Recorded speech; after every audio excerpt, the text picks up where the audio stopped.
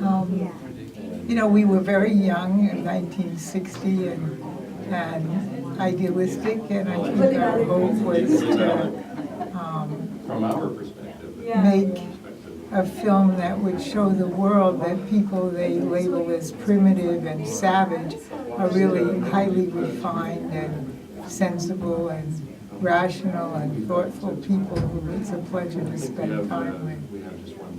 And for me, a part of the question that you ask is, why did we take the time to digitize this film that was made in the 60s? Why did we take this time to do it, digitize it? And I think we wanted to bring it to a wider audience, but particularly to give the film back to the Wounaan, and so that they would have the film as a historical document and could use it either for teaching their kids or for land rights struggles or whatever. Do you want to add anything to my long statement? No, you've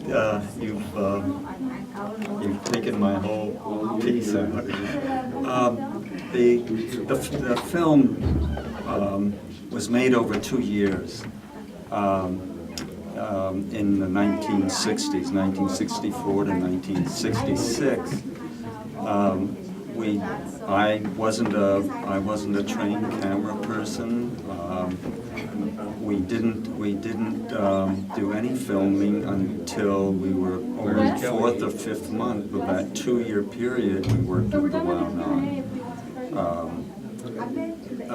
The Wounaan were wonderful and welcoming, and I loved them. I learned so much from them, and I admired them so much. And then, as Liz said, we actually didn't distribute the film very much, and it went into the closet for a while. Due to expense, really. Right. Well, graduate students. Yeah, but also different work, different interests. This was at the time of the Vietnam War and women's liberation, different issues. But also what's happened is that wonderful, very, very viable culture is now destroyed. The violence, when we were in the rainforest, it was peaceful. We could travel around without fear and concern. What's going on now is devastation. The Afro-Colombians of the area and the Wounaan are forced to flee for their lives.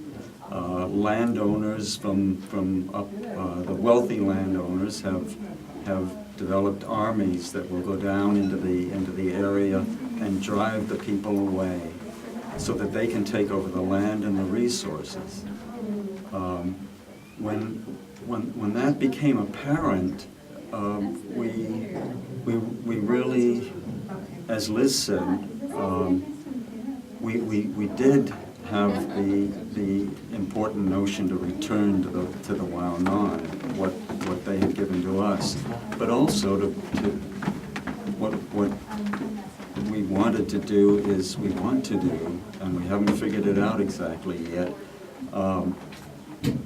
We want to bring a spotlight on the dire distress of the Wounaan today,